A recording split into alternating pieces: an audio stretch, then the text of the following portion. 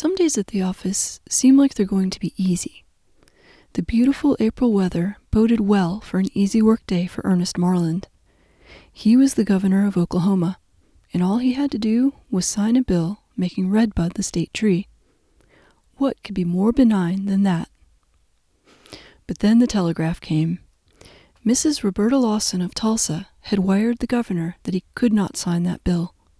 She believed that the eastern redbud tree was the same tree that legend called the Judas tree. If she was correct, then Judas Iscariot would have hanged himself on a redbud tree. This was not an issue Governor Marland wanted to take on lightly. He did not sign the bill that day, and said that he was giving it his, quote, mature judgment. Who knew that the eastern redbud, or Cercis canadensis by its scientific name, could cause so much controversy? You are listening to Plant Connection. Life today can feel overwhelming, like we've drifted away from its natural rhythm. This podcast is your space to slow down, breathe, and rediscover the peace and clarity that come from reconnecting with the natural world. I'm your host, Lisa Cutshaw. Let's reconnect, one plant at a time. It's true, when I started researching Redbud for this episode, I did not expect to find anything controversial. It's a very pretty little tree. The thing that makes it stand out among all the other trees is that it flowers before it leaves out, so the pink flowers really show up. Especially if you have a cluster of redbud trees, they make a beautiful display. So what was Governor Marland to do? Clearly, this was not a political minefield he wanted to be navigating in 1937. The good news was a scientist was able to confirm that Cercis canadensis is not native to Jerusalem. On top of that, an Oklahoma City resident who had grown up in Jerusalem confirmed that he had never heard of anything called a Judas tree growing there. With controversy averted, the bill was signed into law, and eastern redbud became the state tree of Oklahoma. Now, Governor Marland was not the first elected official to notice the redbud tree. Both George Washington and Thomas Jefferson were fans of the tree and planted them in their respective gardens.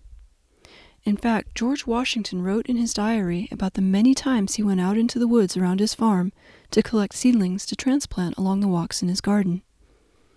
Washington and Jefferson were both avid gardeners, and they loved finding beautiful plants to add to their gardens.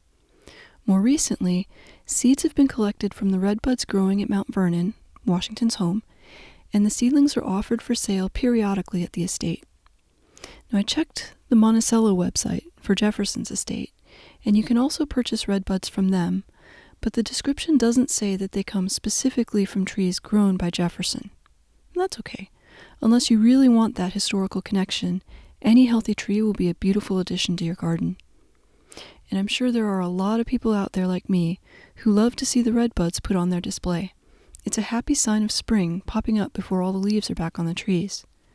So I don't think it will be a big surprise to learn that many Native American tribes had a custom of bringing redbud twigs into their homes as a ritual to welcome in the spring season. I may try that too. Sounds like a great tradition to get into. And the native traditions around redbud don't end there. Many tribes believed that redbud had healing properties, including using the bark to treat cough, fevers, and congestion. Infusions of the roots were used to treat vomiting and digestive complaints. Now, many of us who look to herbs for healing will not be surprised to hear that modern science is starting to validate those native traditions. In 2017, researchers found the eastern redbud bark contains lupiol, which may have anti-inflammatory and anti-cancer properties. I found a few online references claiming that some people call Cercis canadensis by a different common name, specifically Appalachian spicewood. Now, I'm not saying they don't call it that. People can call any tree anything they want to. I'd just caution that this would be one of those instances where it could cause confusion. There's another small tree native to the same general area that's commonly called spicebush, but its scientific name is Lindera-benzoin. Maybe I'll do an episode on that one, and we can appreciate its beauty too. But if you want to avoid confusion, you might want to stick to redbud for Cercis canadensis. One of the other interesting quirks of redbud is that it's a legume.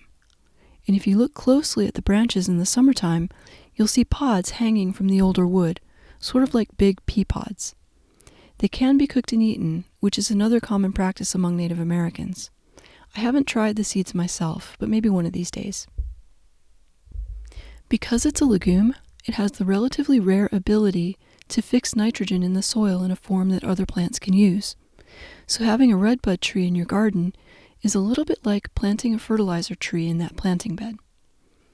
There are a lot of good reasons to have redbuds around, and the flowers are just one of them. Though they are enough, in my opinion. If you want to plant a redbud in your own garden, there are several varieties commonly available at the nursery.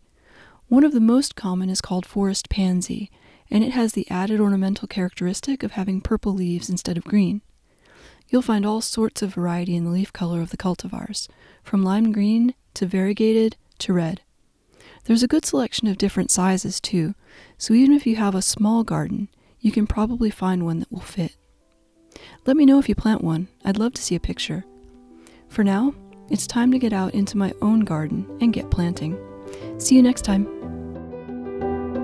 Thank you for joining me on this journey back to nature with Plant Connection. If this episode resonated with you, be sure to tap subscribe or follow on your favorite podcast app so you don't miss the next episode. See you next time.